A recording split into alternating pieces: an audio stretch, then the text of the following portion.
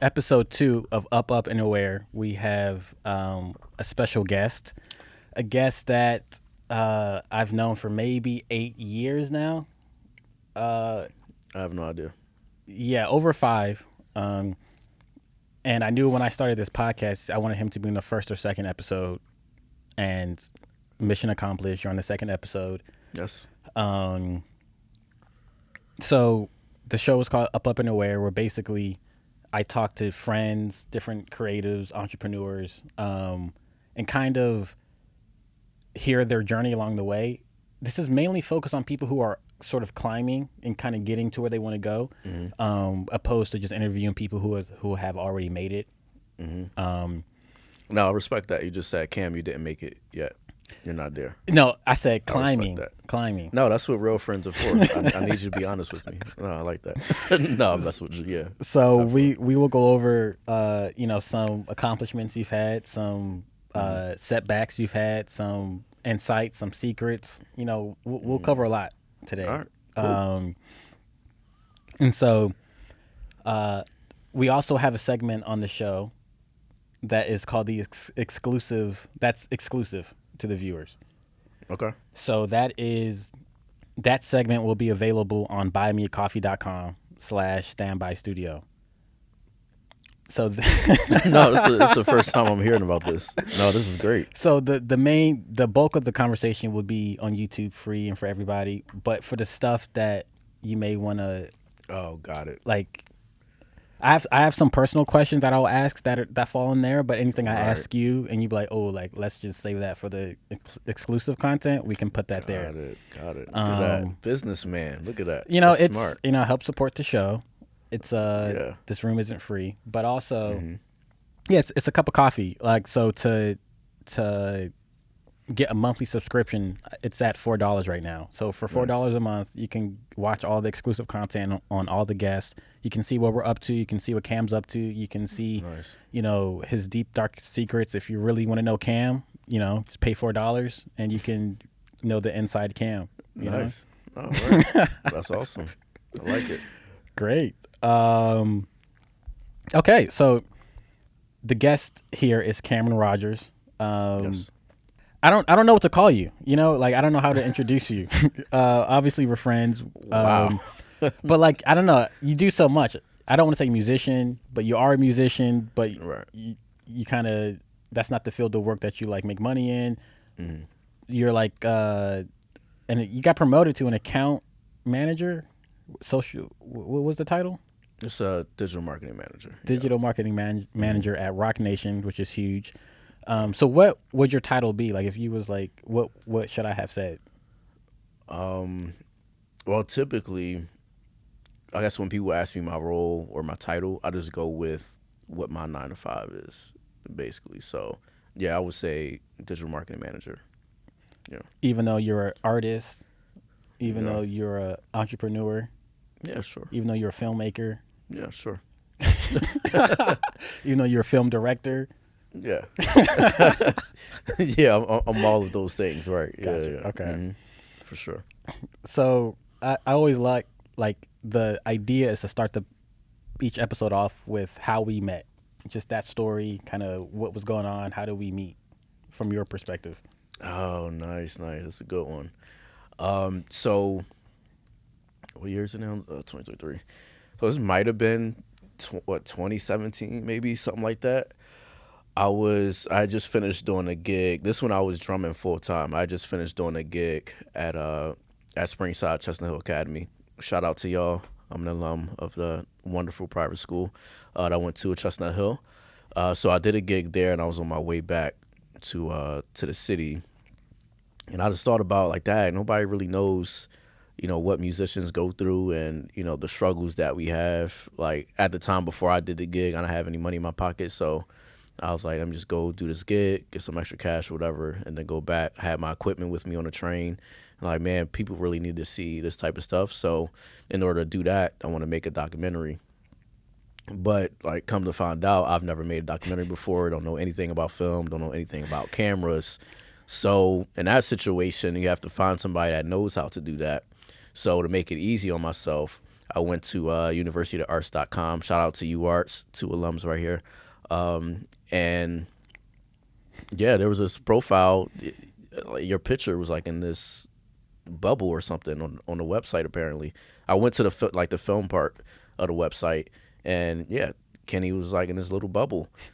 So I literally just clicked on the first person that I saw, and it was you. So yeah, I reached out via email. But you didn't have my email, so you stalked. Like, how did you get my email? Yeah, actually, I don't remember how that happened. I might have DM'd you then. No, it was an email. Oh, it was? Because I remember I'm like, yo, who is this? Anyway. Oh, I'm sure it wasn't that hard to find because like, you just type right. We go to the same school. Kenny Wooten and right. The That's email how I probably did. just came up. Right. Yeah. We went to the same college, so that's how I found your email. Yeah, shot your email. I don't remember exactly what I said or anything like that, but told you my idea, and then we met up at a Starbucks on Broad Street, Broad and Pine, in South Philly. I'm actually going to see if I still have that email in my UArts email. Yeah, that would be. Wait, you still have access to your college email? You don't? Maybe I do. It's kind of. Get some free storage on there. No, it's like once I left, I was like, I don't even want to have that type of trauma in my inbox, so I'm not gonna even go to that email. Oh, I think I found it. February 22nd, 2018. Really? Wow. You wrote, my name is Cameron. I'm an embed major and drummer. I've been looking everywhere for someone to film to collaborate with, but saw your spotlight profile on the school site. Would you be interested in helping me film a drum cover and promotional vid for my startup record label? I forgot about that. Wow. I don't have any type of budget or anything, but just thought it would be cool to use a fellow student instead of going somewhere else. Thanks. Wait, so I got this idea. I'm broke. I don't want to pay anybody. Come work with me. Oh, that's great. So then I wrote back 2 days later, hey, Cameron. Yo, you took 48 hours to respond to me? I don't know if that was a weekend or not, the day, that 22nd. Yo, this guy. But I wrote, hey, Cameron, thanks for reaching out. However, my schedule is pretty insane this semester, schedule-wise. I'd be able to help out during the summer if you'll still be in Philly. So I basically said no. You basically curved me. Wow. I forgot all about that. Then you said, cool, I forgot to mention that I wasn't starting till the semester is over, so that works perfectly. I'll be sure to keep in touch. Oh, yeah, I took a gap year, I think, or I might have took a semester off at some point, yeah. So then 3 months later, May 26th, you said, hey, bro, it's been a minute, wanted to know if you would still want to collaborate. So essentially, we reconnected. Wow. We met so I got this email from you. I'm like, okay, I don't know Cameron. He wants to do a project.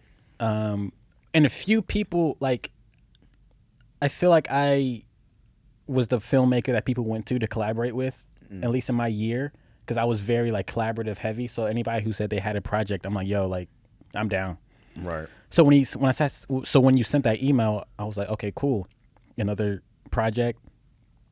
So I looked up on Facebook Cameron Rodgers, like UArts. I'm trying to see like who I should look out for. Like, are you white? You black? Whatever. I found this. I still remember this. It was a ginger. It was a white dude named Cameron Rodgers that also went to UArts. Was also an embed major somehow. So I'm like, okay, cool. I should look out when I go to Starbucks. Look out for a redhead, white dude. I get in there. I'm like, don't see him. Like, he's not here or whatever. So then I text him, and then you end up coming in and seeing me. You sit down. I'm like, okay. This. So come to find out you're black. I was like, yo, I got catfish. Like, what's going on here? Oh, right. But yeah, really that day we met was the start of something I didn't think would turn into our friendship we have now. Mm-hmm. Super glad you reached out. Yeah. And along with that, my next question is sort of like what our first impression of each other was. Okay. That's a weird question, but okay. No, it's not. All right, it's fine. Yeah, why not? Because some people don't like you. You know. Some people probably thought you was weird at first, and they grew to like you. Some people was Right. like cool from the jump. Right. Okay. So Yeah. I remember my first impression of you, Cam, was we're sitting at Starbucks. You start talking about this idea you had. Obviously, very like kind and upfront, just nice, easy to talk to. Mm. And you start telling me about this idea that you had about other artists. You want to do a documentary on busking in Philly and different people we saw.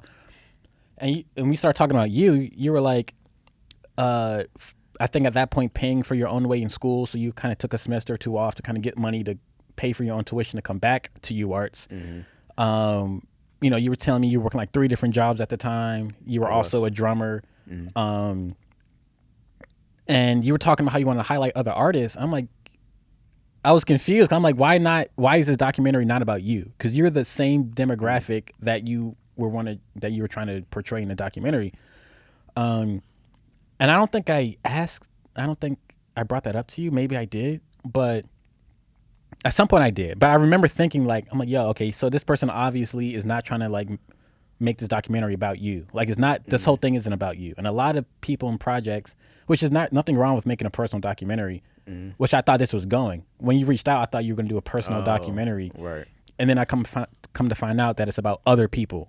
So I'm like, okay, that's already a good sign. Like this dude cares so much about the art of it. He's going to make a whole film that he's not in. He's not like a host in the show. He's not like a main character. He's not in this at all. He didn't want to be in it at all.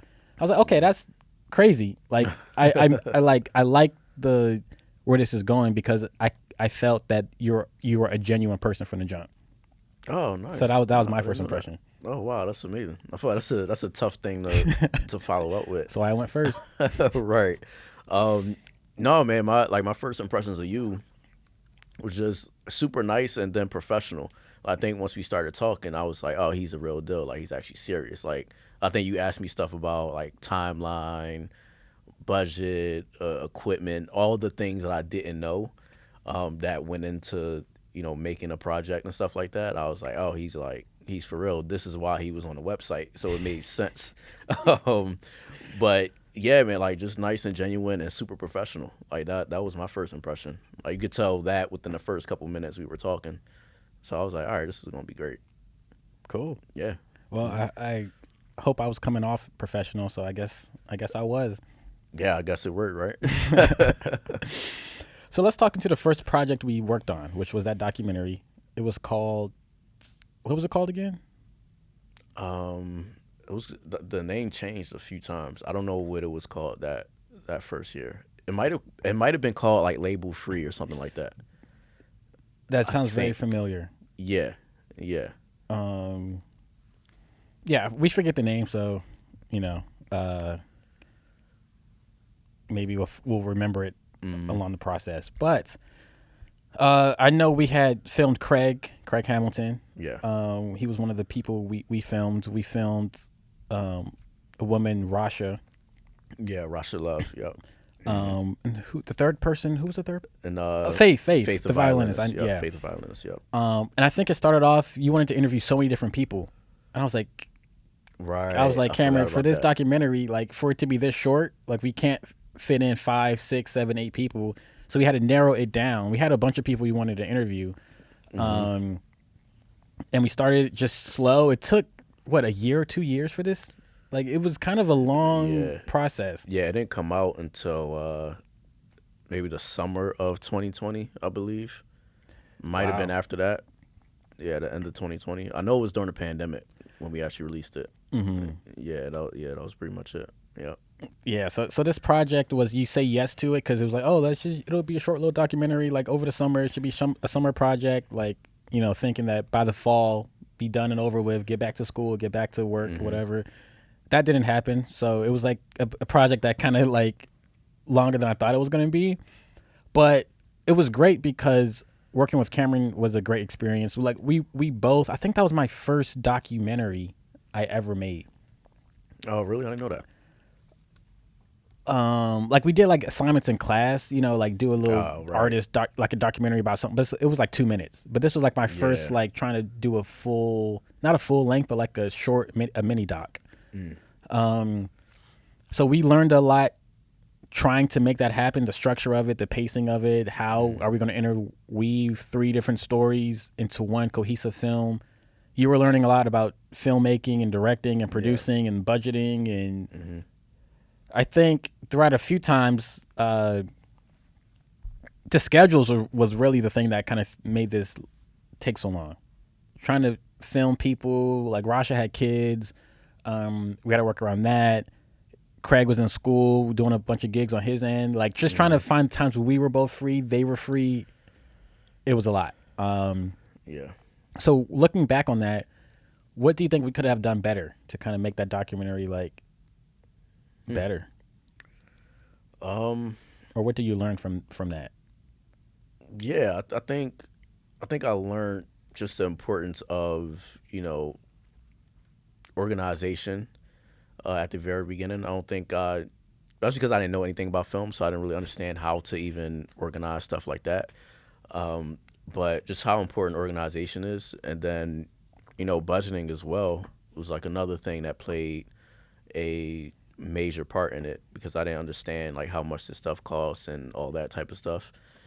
So now when I do things, that's like those are the 2 things that I automatically go to. Okay, how am I going to budget this, and then also how am I going to organize it in a way where once we start rolling, once we start doing everything that we need to do, that we can just keep going and not need to stop.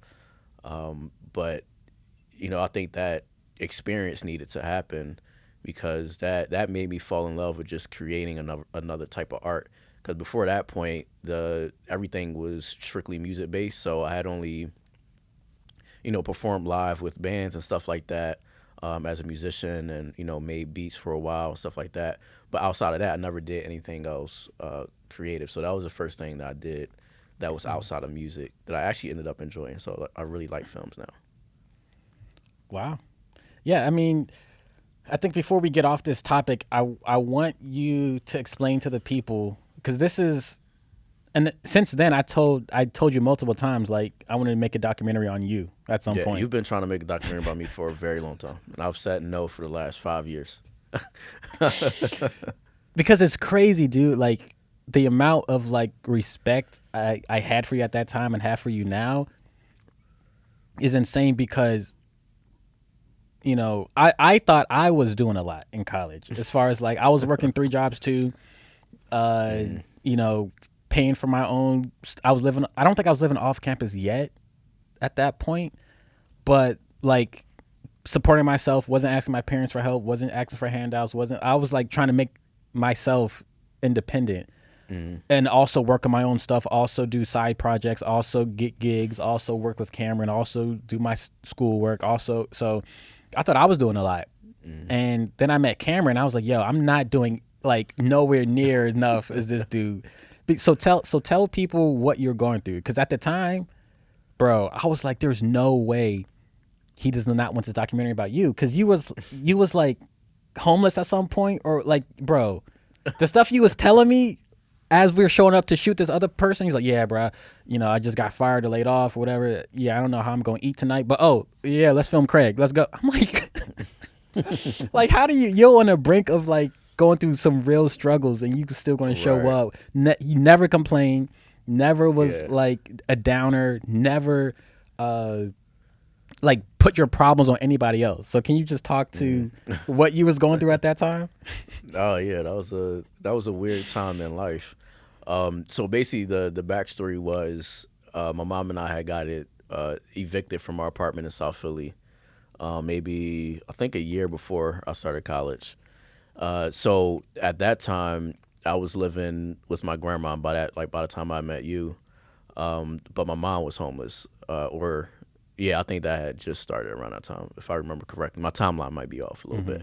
But yeah, either way, she ended up being homeless. So I was going through that, and this was like the first time I had real jobs too. I never had a job in high school, so this is the first time I started working. So essentially what I would do was, we would get my mom an Airbnb like every other night. However much time, however much money I had to be able to book the Airbnb so that she had somewhere to stay. So I would go to my job. I forget what job. I was working at Real Food Eatery. I was working at some waffle place. Chili's at one point, right? Yeah, Chili's. Yeah, Chili's was a place where I would go and make my tips, and then I'll rush from Cheltenham back downtown to like help book the Airbnb or whatever money I would make like for that day, so that she had somewhere to stay. And then outside of that, I was trying to like get through school because I originally didn't want to go to college, but my mom convinced me, said I should go, and looking back on it, it was a good decision. So I was trying to get to school and trying to figure out how to pay tuition and stuff like that. And as we know, like University of Arts is very expensive. So trying to get that money up and trying to do all that stuff was kind of the realm that I was in at the time. But I never had like a lot of money and stuff like that. I still don't have a lot of money, but I'm way better off than I was. I was going through that situation, trying to get through school because I knew it was going to be an opportunity for me to like get into the music industry.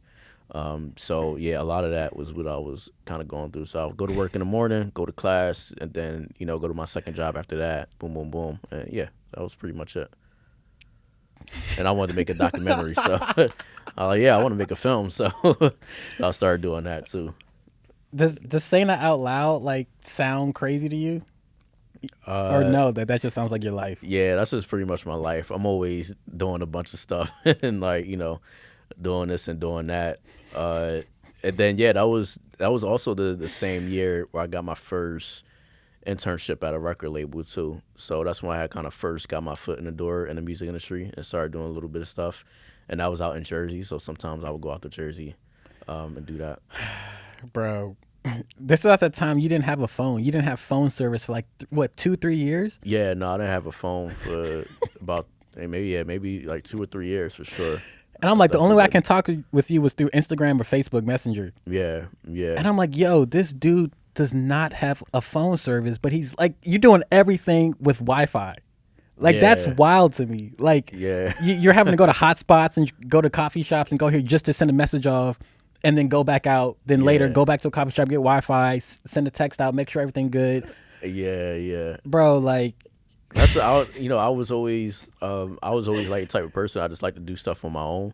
So even though I could have asked for help from various people, I didn't want to. I wanted to earn everything on my own and like really try to get it. So I spent 3 years without a phone. I conducted a lot of business without a phone actually, and a lot of connections I made during that time was without a cell phone too. So.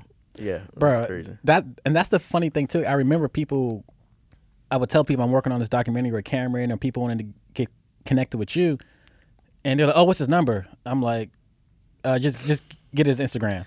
They're like, right. If people ask me, I'm like, "Yo, just hit him on Instagram. He'll respond at some point." Like, he's always busy. He's always running around. People kept like, I remember having to try to explain to people why you don't got phone service. They're like, wait, you talk to him every day or every other day, right? Yeah. I'm like, yeah. They're like, you don't got a number? I'm like, no. Like, and I'm like, I remember Alexander was like, yo, just give me Cam's number. I'm like, there's no point. Like, he was like, just.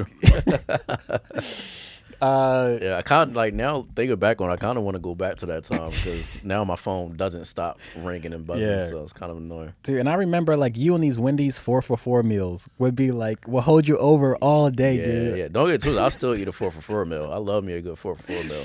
But I remember you was eating that as like, yo, like if people was going out, we was going out to get food. That you would just not go to get food. You know what I mean? Like, you would just skip eating, bro. And then when you would eat, it would be a Wendy's 4-for-4. Yeah. And I would see that you wouldn't say nothing. You wouldn't ask for help. You wouldn't do it. I'm like, bro, like, I just felt like so much respect for you, bro. Like, right. And because I felt like that was the kind of energy I wanted to be around. Like when I went to UArts, I went knowing that if I don't leave here with some connections that are really going to be built off of like collaboration, like work ethic, like just being a kind, genuine person. Like those are the people I want to graduate with and build a connection. And luckily we ended up doing that. But you were one of those people that not a lot of people at UArts that I felt like was going to make it and go off and do big things. But I can just tell from how you started and how you treated people that you was going to like be up and aware or up and away. Oh, thank So you. Thank I you. feel like this is a great full circle moment. Yeah, for sure. But yeah, I just wanted people to know, dude, like this was not a game. Like you was like Right. doing Yeah. internships somewhere unpaid. Yeah, that wasn't a paid internship. Yeah, listen, we gotta start paying our interns. How about that? We gotta start doing that. We gotta fix that. That's crazy. Wow. And and mind you, I do want to make it clear that I had people around me that would help if I really needed it. You know what I mean? I was just that type of person. I just wanted to earn it. So I know there's people that's way worse than what I was and don't have anybody.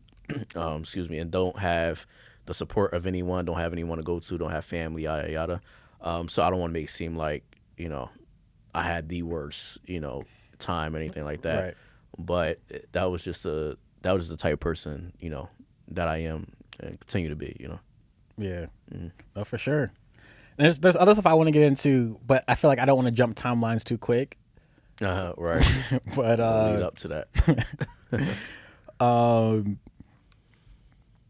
get back to that one. Okay, so tell me a time where you almost gave up. Like whether it was with music, whether it was with school, whether it was your career now. Like was there a moment, if not multiple, that you was like, yo, this is too hard. I don't have any money. Like I'm always hungry. Like I'm always out here working, hustling. No one's giving me a job. No one's giving me opportunity. Like, did you just like, can you talk about that? Yeah, I mean, I think about giving up every other week. Every other week for the past 5 years. I mean, that's something that still happens. You know what I mean? But I'm trying to think of a moment where I guess I was really, really like about to give up. I think in that I don't remember what year this was, but it was somewhere in between me working at the Orchard under Sony Music and like transitioning into a real like industry role, and I was like really trying to look for a job that that paid well and that really would have put me in rooms that I needed to be in, but it took me a very long time to get that, like maybe a couple years to get to that point, but that was a moment where I was like really, really trying to get there. And I feared I couldn't. I wasn't making enough money from, playing drums and stuff like that. And at that point, I just didn't know what to do. So I had a regular job. So I was just like, I'm like, all right, well, I guess it's pretty much it. Let me focus on bartending or something and, do it that way. Like that was a point where I think I was like definitely going to give up for sure. Like, what do you think keeps you not giving up? I'm just a stubborn person, like for one.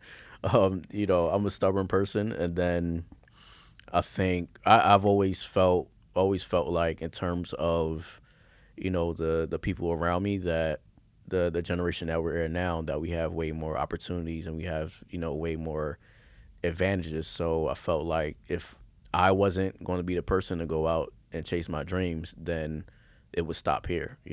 Nobody else would, whether that's in my family or in my friend circle, stuff like that. So I felt like I had an obligation to not only show people around me that you can still chase your dreams and go after it and actually achieve it, but also for my own future. It's like I want to want my kids to be able to see that they can do whatever they want and they'll have better opportunities because of what I'm doing right now.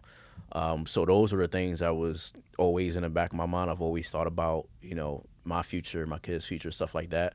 And that's kind of what kept me going. And then you're also miserable like doing stuff that you don't want to do. So that never helps, Yeah. I remember like when we graduated, we still haven't finished this documentary. I had moved back to Maryland for a little bit, for like a year or so. So I moved back to Maryland with my parents. I got a job at this editing. I was editing like part-time for the sports company. And that was the most money I've ever made. And it was like $14 an hour. So like nothing crazy, but it was like I've been working at Rita, Staples, work study. Yeah, so Staples. I remember Staples. all like $7, $8 jobs, $8 an hour jobs. So I was trying to save up money, pay off some debt. and I would keep coming back up to Philly to work on this documentary with you. Mm-hmm. And I remember I was starting to get ready to go back to Philly to move back up here, and you started working at this beer garden, and you was like making pretty good money. And he was like, "Yo, I can get you a job up here, like bar backing. Like it's tough work, it's hot, like your back is always hurting, but like the pay was crazy." I'm like, "Yeah, that would be the most money I've ever made in my life working there." And so I moved back up to Philly. Something happened with the job where I didn't end up getting the job. Like they weren't looking for people at the moment, or they were looking for like a hostess. And I'm like, I'm not a upfront person. I want to be in the back of the place, like not really talking to people, not like having to exert all this social energy. Yeah. So I turned down the hostess position. So now I was up here not really having a job. Like I'm just freelancing. I was not expecting to freelance when I moved up here. I was like, I need some job, and then I work on my stuff on the side. Right. So when that fell through, I know me and you had started doing some more like freelance work together. Yeah. We started trying to get more things moving on our end. You wanted to get more into filmmaking, buying cameras, learning how to produce your own stuff. I was already sort of in that lane, but you kept you had so many ideas for stuff. Like, so I had my own company. That's when STBY Studio was like really like trying to be up and coming. You had talked about starting your own company, and then at some point you did. What was it called again? John Studios. John Studios. Yeah. I remember that. I don't know if it was that name at the very beginning, but that's what it ended up being. Yeah, there was a lot of names. I remember had a lot of jokes about that. I don't remember any of them now, but you just had so many ideas. And at one point we talked about like merging our companies. I don't know if you remember that. Oh, because really? we kind of did similar things but different niches. We was like, if we put them together, right. But I think we both was like, yeah. I think we wanted to have our own thing like set up for ourselves first. Yeah. But we did so many different things, so many different projects. Like that's when I feel like you learned like what my life was like for a little bit. Yeah. Like working with clients, working with artists, working with people who didn't really have much budget. So you're going above and beyond for like $200. Yeah.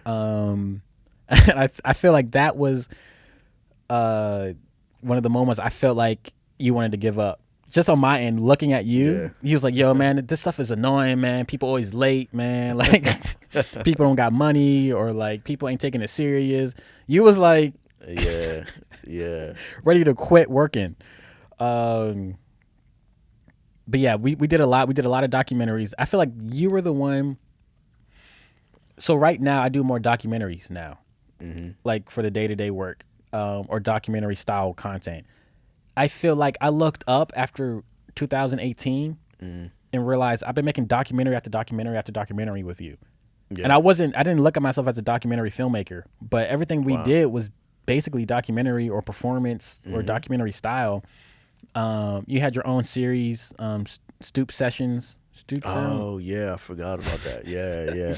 I did. I have my own series. I partnered with Cavassier for, and yeah, that was great. Yeah, that was great. It was great. It was a huge learning experience. I feel like, and then you were starting to pay people out of your pocket for that.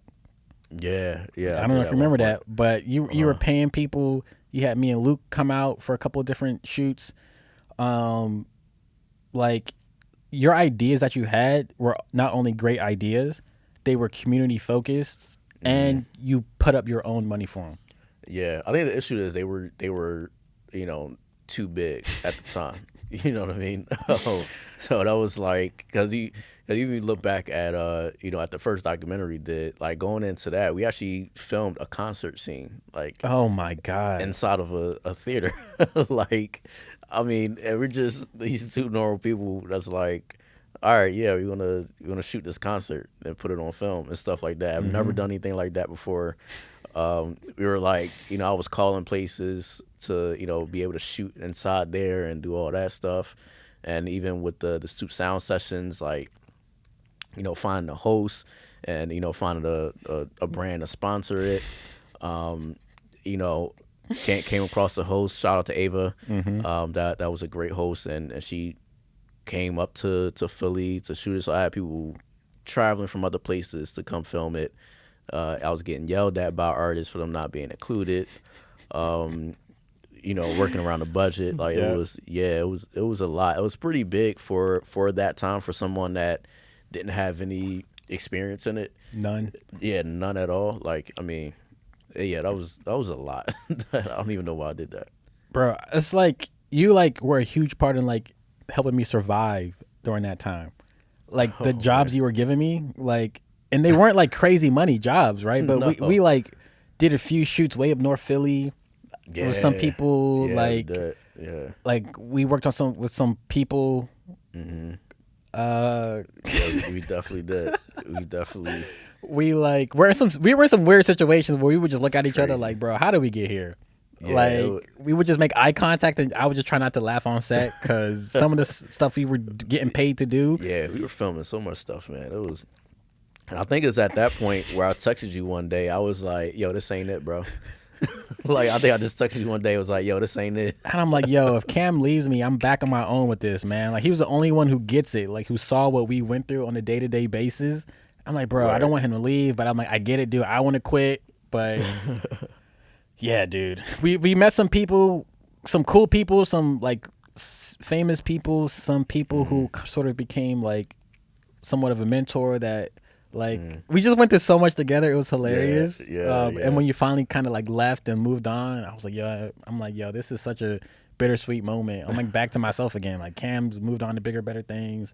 No, I felt bad about that. I felt bad about that. But what's crazy though is about all those few years and stuff like that. Everybody that we worked with and connected with are like people that we're still connected to in some way, even if we don't talk every day. But if we run into them, somewhere in Philly or anything like that, or just I chat with people in DMs all the time. Like all those connections we made, it ended up building the network of people. Yeah, and learning the business side of it too was super helpful. And I think you starting your company and trying to get into video, you were asking me questions that I didn't know and that we were both trying to figure out together. It was a moment where I felt very grateful to have you be helping and just you be a part of that, because I didn't know what I was doing. I still don't, it's like you never really quite know what you're doing. Right. And to have somebody else with that same hustle and drive with you every day, willing to put in the work, willing to we did a GoFundMe at one point. Yeah, like, for the first film. We're trying to work on sponsorships. Like look, yeah. you learned how to edit. You learned how to shoot and edit your stuff. Yeah, I did. Then you were telling me, bro, how do you edit this, man? This is annoying, man. Like, how do you do this? How do you do that? I'm like, bro, I'm telling you, Cam, this world is not it. This is not it. Right. No, I learned a lot from you, bro. Like that I always credit you as a big piece of my journey. Like I don't think I would be where I am now or continue where I would be if I didn't meet you and we went through those experiences and everything like that. Like that stuff was important. You know what I mean? Like I learned a lot from you, and that hustle is something that we still keep up, even if we don't work together as much anymore or not like that. It's still something that's instilled in us from that experience. So it was a blessing, man. Man, good times. And I feel like, I don't know. I'll get to that question a little bit later. But tell us something that you want to leave behind in this world. Like what does your legacy look like? What do you see? Oh, that's a deep question. Look, man, I told you. Wow. Because I feel like we have these conversations a lot. Yeah. About what we want to contribute, how we want people to think about us, feel about what we left behind. Right. And I feel like you're constantly on that journey of like figuring what that looks like for you. So I'm curious if you like have an update that you can tell everybody. Oh yeah. I mean, outside of a family, and the kids and everything like that, as being a part of a legacy, I always have the mindset now of like just doing dope stuff and affecting as many lives as I possibly can while I'm here, in a positive way.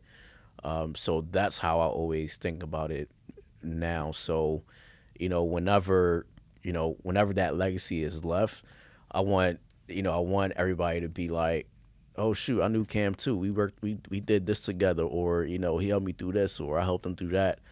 Just connecting with people. I think that's really what keeps your legacy going on. Is about the people that you touch and the people that you affect, because that's what's going to continue your story. You know what I mean? So it's always for me the mindset of what can I do that's positive that could bring something positive to somebody else's life, and that's how I, push myself through work and moments when I don't want to do it. That's how I like motivate myself every day. It's just about leaving that part of the legacy. I think that's very important. Yeah, and as you were saying that, I was thinking about moments where you've expressed that so much throughout our friendship. Yeah. And it's like that is very inspiring. Like to be around somebody like that. Like Thank you, man. like and I want to put that on record because once you even get more success and grow up or whatever, like in the industry, like I want people to know like you've been like this from the jump. Right. Like from original, Right. like Yeah, you are proof of that. Yeah, I've been saying this for the last 5 years. I haven't changed it at all. like you've been like, yo, I want to get back to the kids. You've always wanted to incorporate kids and youth into like programming and how do you like get a scholarship. Like Yeah. you were close to doing that at one point, but like something happened to where like legally or something it couldn't Yeah. like work out. But like you've been talking about giving back and like what you can give to the next generation for so long. Yeah, absolutely, absolutely. Like, I mean, that stuff is important, man, because if we're not, think about it. I know we all say this all the time, but like, we can't take all this stuff with us, So if you want to leave something behind, then, change the people that's coming after you because that's what's important. And a lot of stuff that I went through and continue to go through, I don't want like other people to have to go through that. I want it to be like easier at least, you know what I'm saying? So yeah, it's important. So how do you? Because we've also been talking about 30 under 30 for a while, for a few Oh, years. Yeah. So do you? How do you see yourself getting to the 30 under 30? Yeah, it's funny. I've been around, I'm around people that's on that list, and I was trying to think of ways that I've always been a accolades driven type of person, but it's changed a little bit as I've gotten older. Is like, okay, how do I get those accolades, but also do something positive? That's what I was saying about leaving a legacy in that way. And just, community impact is like one of the things that I want to be involved in and being able to do. And even if I don't, get there on that list, I still want to continue to do those things, you know what I'm saying? But just being the type of person I am, I do like to chase accolades because that's just the type of person I've always been. But I've also been inspired by being around people that are, a part of those lists and a part of those discussions and people that are doing incredible things and like really, changing lives and doing what they do best. So that pushes me more to go for that type of stuff because, you're literally next to the people that are doing those things. No, for sure. I remember you about accolades, dude. That's the one thing I was like, yo, this dude is serious about this. You wanted a master's degree for so long, and you Yeah. probably still do. But like at the time, we were in school, and you were talking about how you hate school. Like it's just so dumb. Like it's not preparing you for much. Like I just remember Yeah. you're like, I still don't like school, by the way, but we'll get into that later. yeah, like dude, you was like you cannot wait to graduate and be done. Like Yeah. you could not wait. And but you also kept talking about getting a master's degree. I'm like, Cameron, if you hate undergrad so much, why are you thinking grad school will be any better or any different?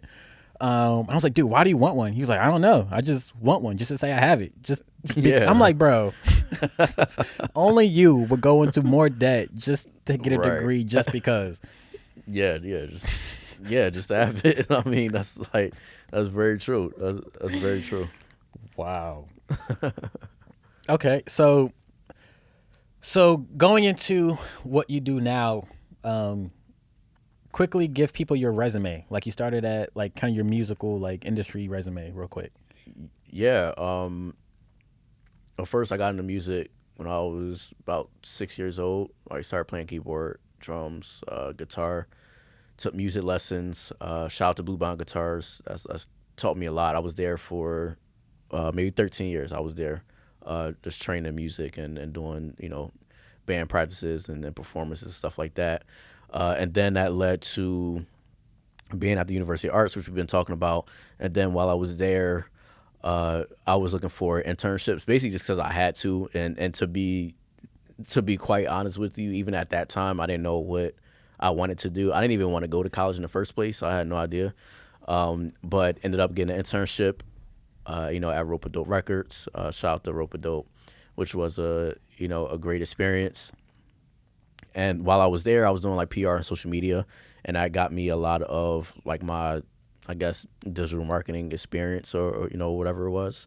And then from there, I guess once I was at a record label, I wanted to do more of that stuff. So I applied to a job at Sony Music Entertainment as a college marketing rep. And then I got that job after that, and I was at the Orchard, and that's when I did a lot of releases with the Orchard. We did everything from BTS to Daniel Caesar, the Jack White, Nas, Georgia Smith, Jordan Lucas, you name it.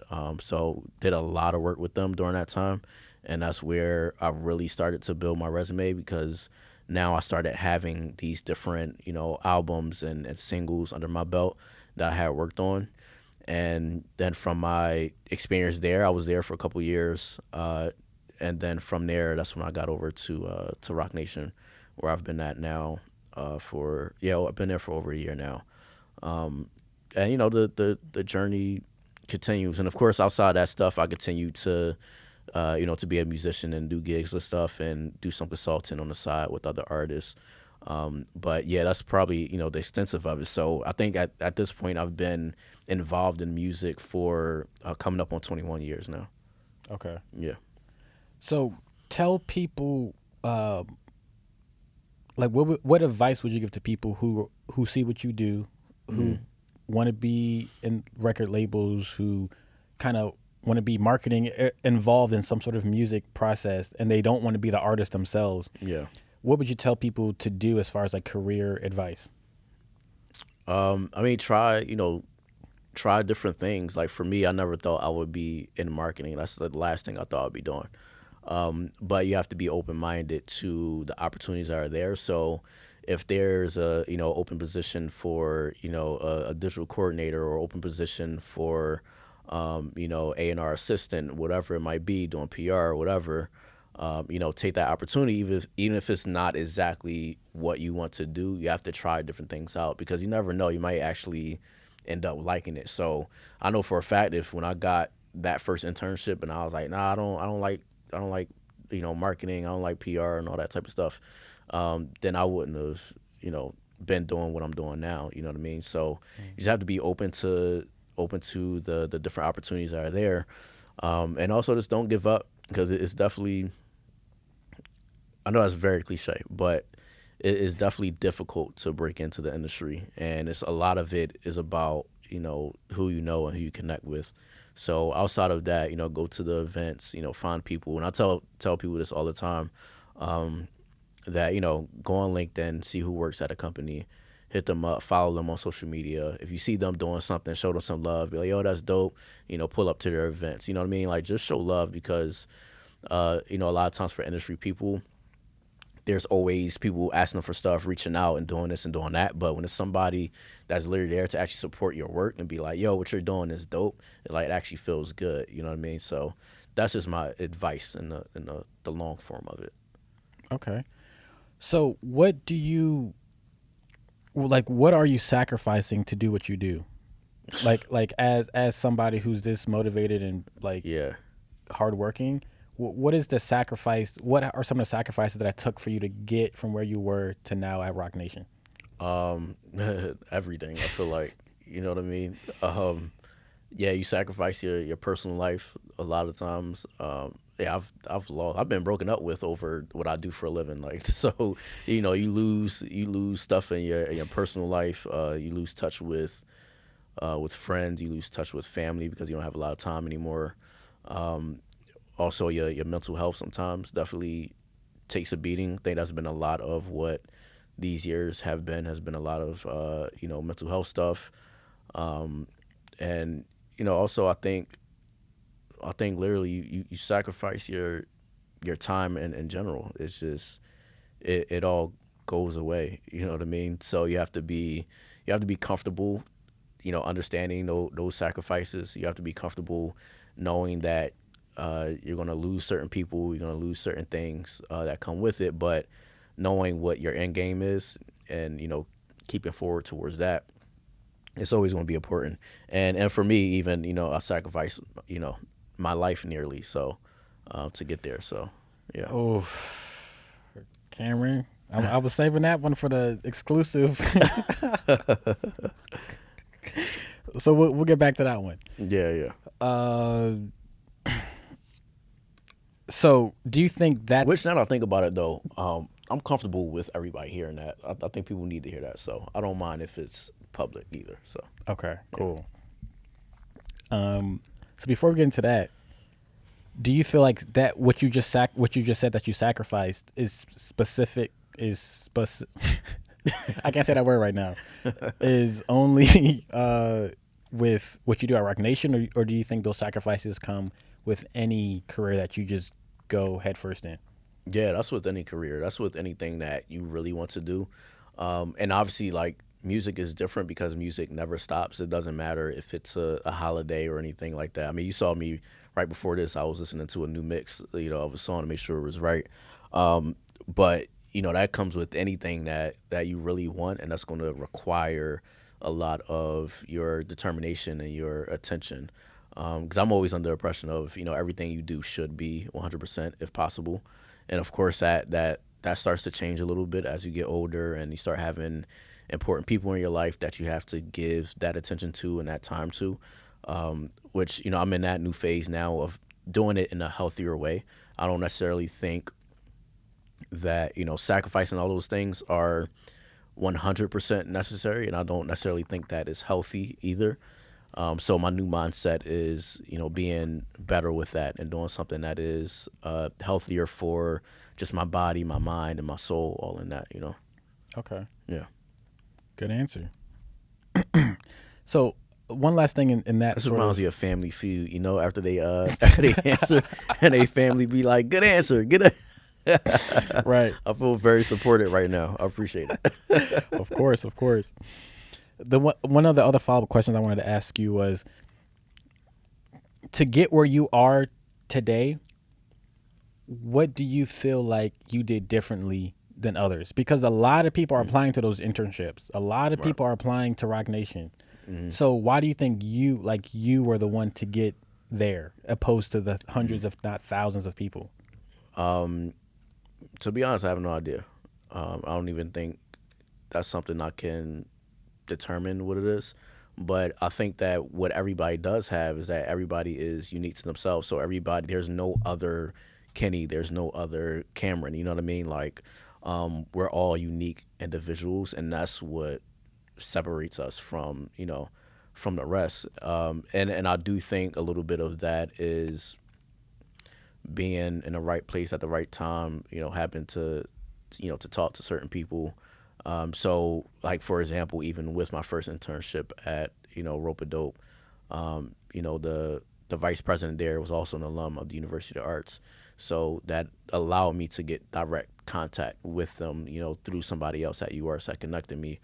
And, even the same thing with Rock Nation, an executive that works there now had also worked at the Orchard. So when I did apply, they were able to get in contact with my boss directly and ask for me, which made it easier. So then your boss puts in a good recommendation for you, and that's how that stuff works. So part of it, is definitely those connections that you end up making. But I think everybody's just unique to themselves. So I don't even want to say that I did anything different or special, I mean, you don't think that to get those connections, because most people that we know weren't doing this amount of work we were doing in college, right? Yeah. To the extent, not for any other reason than because we wanted to do more than most people. Mm-hmm. But with doing more than most people, you sort of get, and you're one of those people who's going to do the job right, no matter how overworked you are. Mm-hmm. And I've seen you do that multiple times. So it's like with your character and with, you wanting to always get more and more, do more. Mm-hmm. I feel like that, in my opinion, was like a huge reason why everywhere you went, people loved you. Like your I bosses loved appreciate you. that. People like you Yeah. worked with always had good things to say about you. Mm. Um, and I feel like, luckily, like it was like one of those ironic moments that each people at that stage was able to recommend you to the next stage, Right. Right. which was huge. Like that's kind of how most things works in this world, is like you just Hmm. need to know somebody. Yeah. But you put in the work way before you even knew about Rock Nation or True. even thought about that to Yeah. go above and beyond. Um, True. I don't know. So Oh, yeah. Yeah. There's some truth to that for sure. I was definitely an overachiever in certain things. So I was always doing the most. So it was just like, I got people would notice my work ethic, and then just I always ask questions too. So people would remember me because I would just ask them questions like, "Yo, how do you do this?" or "How did you get there?" You know what I mean? And I mean, shout out to the people that ghosted me too. Like that stuff played a part in the journey. You know what I mean? oh yeah, a lot of ghosting happened. Yeah. I remember we was like following the Gary V model. We were just DMing people Yeah. nonstop, bro. We Yeah. probably DM'd hundreds and hundreds of people over like a year or two of just working. Hmm. Um, yeah, that's crazy. It's crazy, man. Yeah. It was a wild time. But everything ended up working out how they were supposed to with like the people who did Hmm. responded. Yeah. Um, and I think, I mean, looking at you now, it all makes sense to me. So it's cool to see like where you started versus where you are now. Right. And I've been blessed to kind of be a part of that. So let me see here. Okay, so let's get into what happened with your accident. Hmm. Yeah. So walk us through that day up until what happened. Um, yeah, it was a hot day. Not forget that. It was a very hot summer day in New York. Yeah, it was like 94 degrees. It was a Tuesday. I remember that. I remember everything about it. Oh Like, my goodness. um, but yeah, just the backstory for the people. I work in New York. So certain days I would be in New York for work. So I was just on my way, back home basically. In Philly, you live in Yeah, Philly, work yeah, I in New live in York. Philly. Yeah, work in New York. So yeah, on that day, I mean, it was a pretty much normal day. Got on bus as I usually do, and then bus took off or whatever.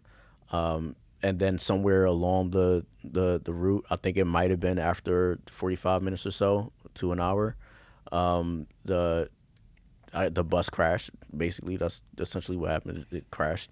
I still don't know how it crashed, but we were coming off a turnpike in New Jersey by this point. And it went through a guardrail and flipped over. And a few people died. And I sustained some injuries that required me to you know slow down for a while and be home for a long time. What felt like a long time, at least 2 months.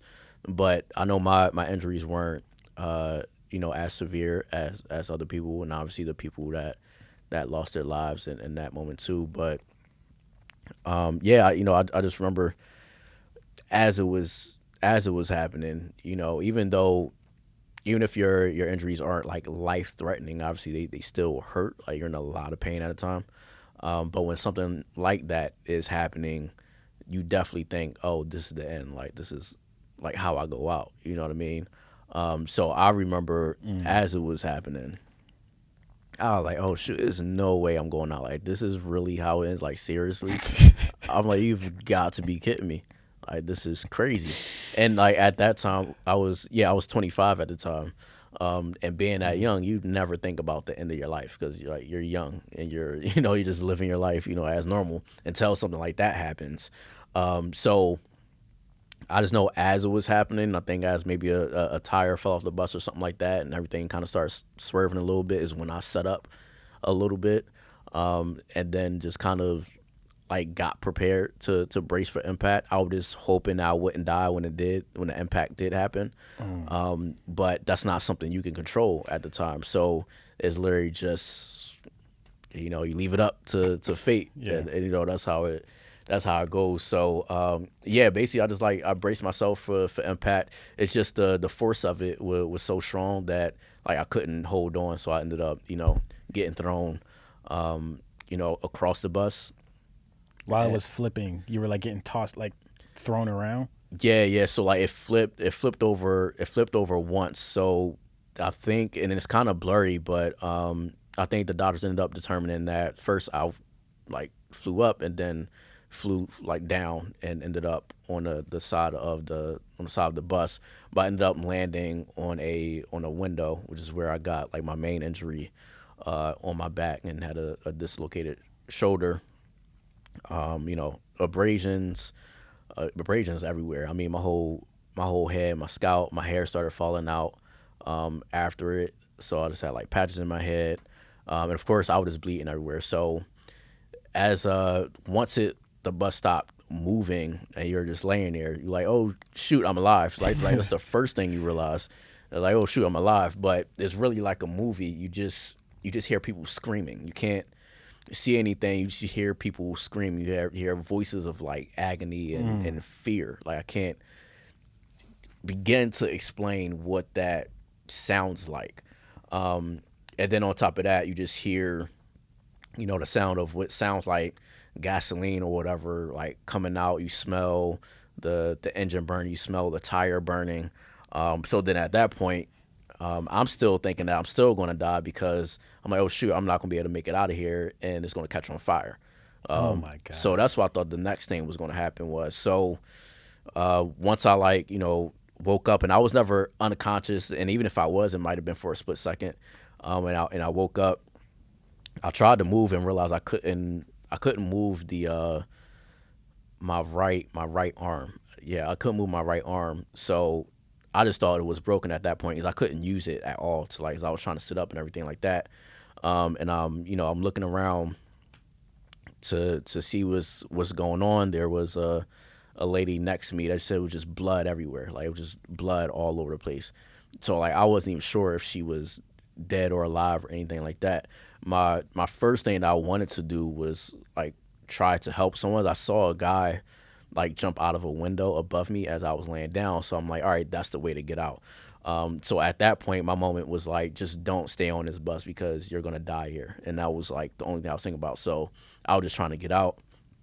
And yeah, I saw the lady next to me. It was just blood everywhere. I couldn't figure out what was going on, and I wanted to help, but I couldn't move the other side of my body, so I really didn't have a lot of strength or anything. So at that point, I just started stepping over people to get out of the bus, which like still even till this day like haunts me a little bit, because I'm the type of person that does want to help if I see anybody going through it. But when you can't even help yourself, it makes it very difficult. So at that point, yeah, I found the window, and I kind of just like jumped out, and like I landed on the road. I still had like glass in me and everything, and I saw blood everywhere. So that's the other thing too. I didn't know how severe my injuries were, because I just saw blood. I didn't know what was going on. And I know I got out the bus, and I think other people saw me like climbing out the window, like people that were inside the bus, and they started climbing out too. So it was other people that started coming out behind me. So I was like, all right, cool. And by that point, other people that were, on the turnpike, they pulled over in their cars, and they were getting out, and they were helping other people. So at that point, pedestrians just running over and, and helping people out and everything like that. And yeah, I crawled myself over, because I couldn't actually walk by that point either. I didn't know what was going on with my legs. So I couldn't walk by that point. So I kind of just crawled over to the side of the road. And yeah, I was still bleeding. It was hot. And then also there were other people that was pulling over that were like just taking out their phones and recording. So like I know I'm on somebody's phone just like bleeding like crazy Wow. all over. But that's the day and age that we live in. You know what I Right. mean? Yeah, and as I was like outside by this point, that's when I realized how much pain I was actually in. It's probably the most pain I've ever been in my life, like screaming in terror type of pain, like being in shock type of pain. I couldn't feel anything. There was blood all over the place. And then this this amazing woman had got out of her car. She might have been on her way from the airport with her daughter or something like that. Her name is Linda, and shout out to Linda if you're watching this. I'm going to send it to you, so you're going to watch it. So I want you to see this part. But you know, Linda got out her car, and she was the first person to walk up to me, and you know, being like, "You're gonna be okay. You're gonna be okay." She found me a bottle of water. I don't even know where she got a bottle of water from. And she was like comforting me. She was talking to me, and I could tell that she was a mother, because I just felt, you know, her presence of like being just comforting and being and loving. And she ended up sitting there with me the entire time for like the next 45 minutes, all the way until I got into the ambulance and taken to the hospital. And she helped me call my mom. I had my phone on me, and she taught me, because of course my mom was freaking out by that point. And you know, she spoke to my mom. She said, you know, I'm with them. I'm letting you know what hospital they ended up taking them to. And you know, in those situations, you have to understand that when, you know, an ambulance and paramedics do show up to like a major accident like that, that's like in the middle of an expressway or turnpike or whatever, they have to go to the people that are about to die first. So that was the main thing that I understood. And I was in so much pain, and I kept seeing the paramedics walking past me. I'm like, and I'm freaking out. So I'm like, yo, shoot, I'm gonna bleed out here. Like, I'm gonna die. They kept walking past me. And one person came over, checked out my injuries, and was like, you know, you're going to be okay. It's painful right now. You're going to be okay. But guess what? There's someone else right next to you that's like near death. You know what I mean?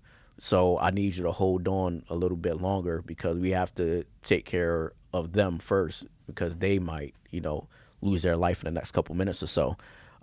So, you know, once I was told that, it's hard to be in that mindset to think that, hey, let other people get help first, like as you're literally bleeding like crazy, you're in a lot of pain. But you have to understand that you're going to survive, you know, and other people are not as fortunate. And as I said, there were a few people that did end up passing away in that time. And it's always shocking, because I remember seeing those people, you know, in line waiting for the bus with me. You know what I mean? I was right next to them. And I would have been right next to them, but I ended up changing the seat that I was sitting in, because the first seat that I got in didn't recline. So I ended up moving, because I usually like to take a nap, you know, on the way back to Philly.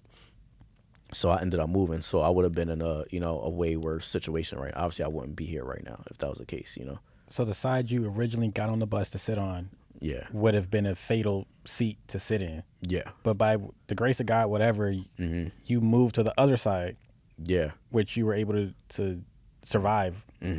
yeah. That's wild. Yeah, yep. That is wild. Yeah, it was a crazy moment. So, you know, yeah, got to the hospital. My experience in the hospital was horrible. Again, I was still in a lot of pain. I sat there for about 14 hours being unattended to. So 14 hours? 14 hours, yeah. So I had glass in my face, glass in my eye, my back, my shoulder dislocated. I'm still bleeding by this point. And then as I'm laying in the hospital bed, like I see on the news the accident that I was in, which was like crazy. It was like a movie. I'm like, wait, that's what I was just, you know, laying there and seeing it. And yeah, that, and you know, by the grace of God, I was able to get released the next day and go back home. It took me a while. Like, I couldn't dress myself for a couple of weeks. So, you know, my mom had to help me get dressed. You know, certain things I just couldn't do on my own and stuff like that. Like I was just, you know, just in a bed. So, you know, you become more appreciative of the moments where you can get up and move around and do stuff on your own. Like not being able to dress yourself as a grown man is like a crazy experience. You know what I mean? And that was that experience. That is, dude. I remember when it happened in like August, right? Yeah, August. Yeah, it was August. Yep, August 9th. Yep. I remember I was in LA when that happened. And I found out because your dad had posted something. And it was, I don't remember what it said, but it was a very alarming post. It was like, pray for Cam, like, you know, it was just it was just text.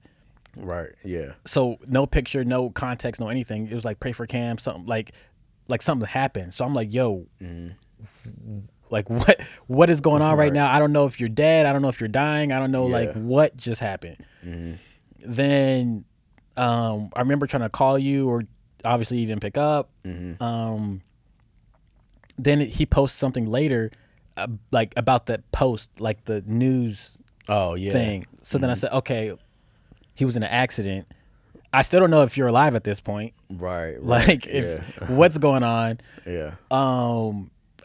And like, even for me, that was so scary.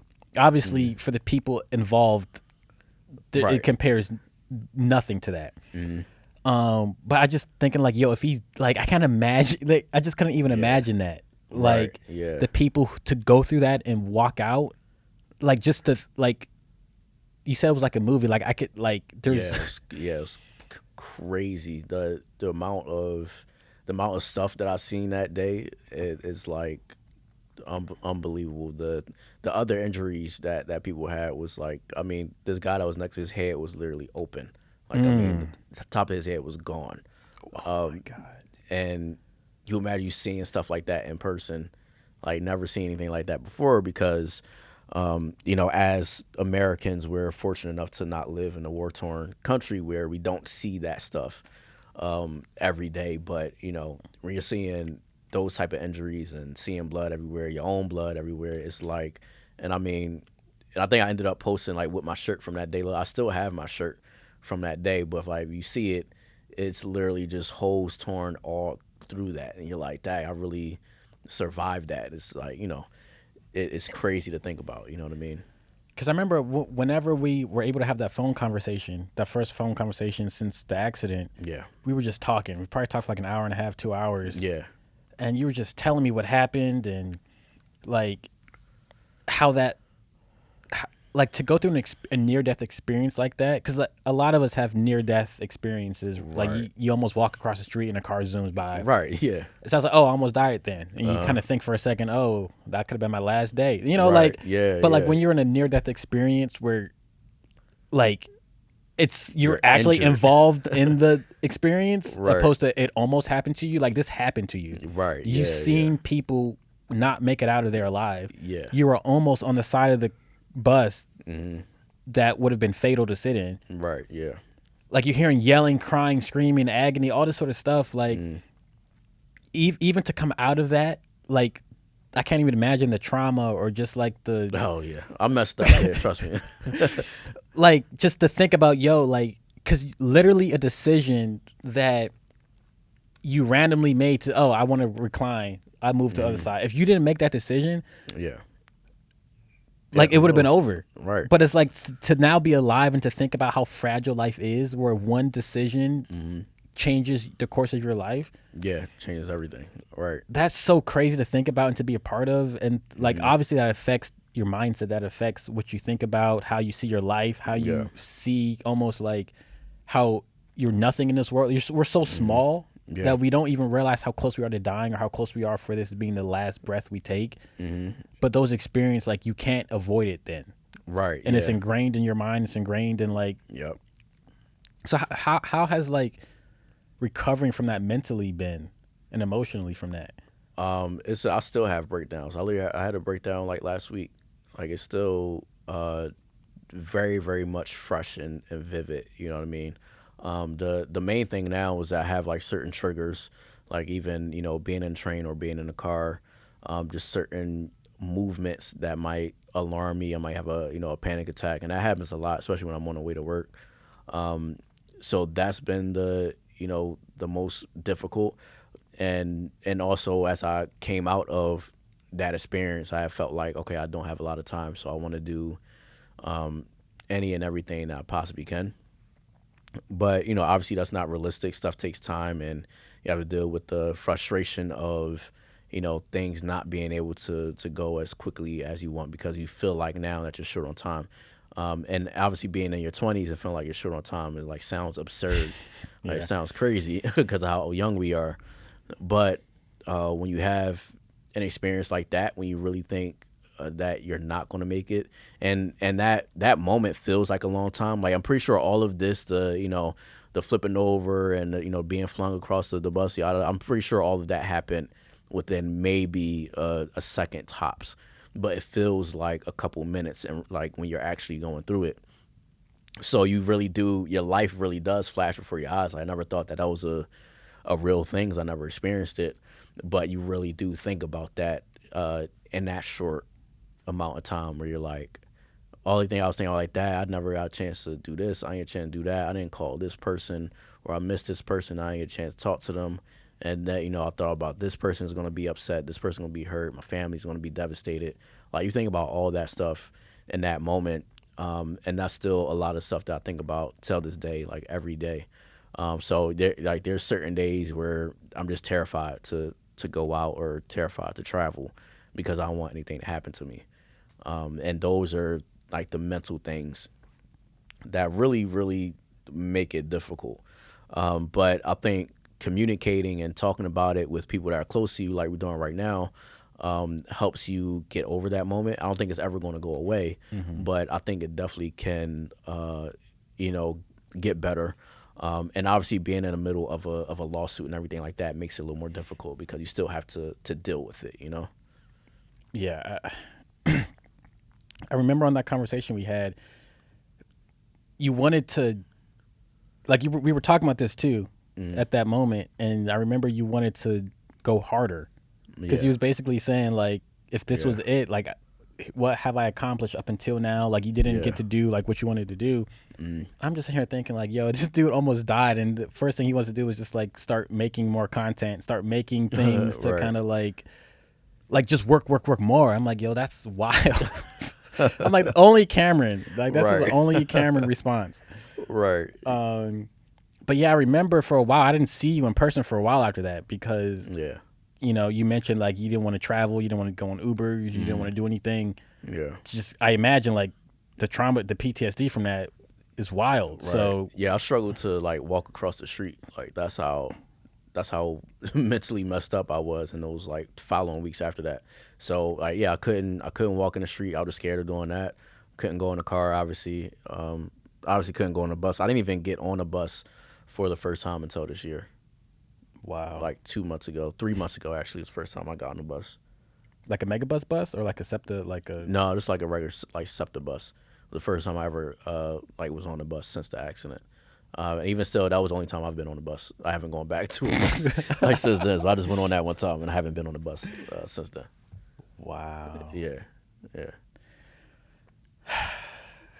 It's crazy life, right? It's so crazy, man. So I think where we are now is kind of like a segue into the questions that I normally reserve for the exclusive content. Dope, yeah. And I feel like with this pre-context, that's perfect to go into these questions. So all right, I think we'll transition into the exclusive content now. Yeah. This is where people have to go pay a little extra to get this little extra bit of content. It's only $4. Only $4. Reasonable to me. It's a coffee. You know what I mean? Right. It actually is a coffee now. That's actually sad that that's the and it's price a cheap of coffee. So. Right. Other coffee $6-7. Yeah. No, that's crazy, right? So if give Cameron a cup of coffee for his trauma and PTSD. Yeah. For talking about this. Yeah. This is rough. Thank you for taking me back to that time. All right, cool. So I imagine for you, it's like, how do I make my life worth living? That if I die today or tomorrow, my life I can look back and feel proud of that. To sit back and not pursue your dream and not pursue something, it's kind of like comes off as you think you have more time than you have. The last time I cried, what day is it? So you're saying that basically if artists come to the table with a team in place, with an audience already following them, that gives them more negotiation, more leverage in the deal to get a better contract, basically. Yeah, definitely can be. But I feel like we'll definitely have to get you back on here at some point to do a little follow-up episode or something. That should be fun. And we have a few projects that you've been brewing that we may or may not be working on soon. So, this was fun. Yeah, this was great, man. Thank you for having me. Yeah, I appreciate it. We'll get you to follow his LinkedIn and Instagram, and hopefully you get a couple more consulting. Yeah, let's just say don't hit me up right now. It's like, no, yeah, no. You can put all my contact info in the description or whatever, and people can reach out, hit me up. It'd be nice though, Just be nice. Yeah, People are really aggressive. yeah. Give them a cup of coffee. You know. Right. Yeah. All right, y'all. Peace. Peace.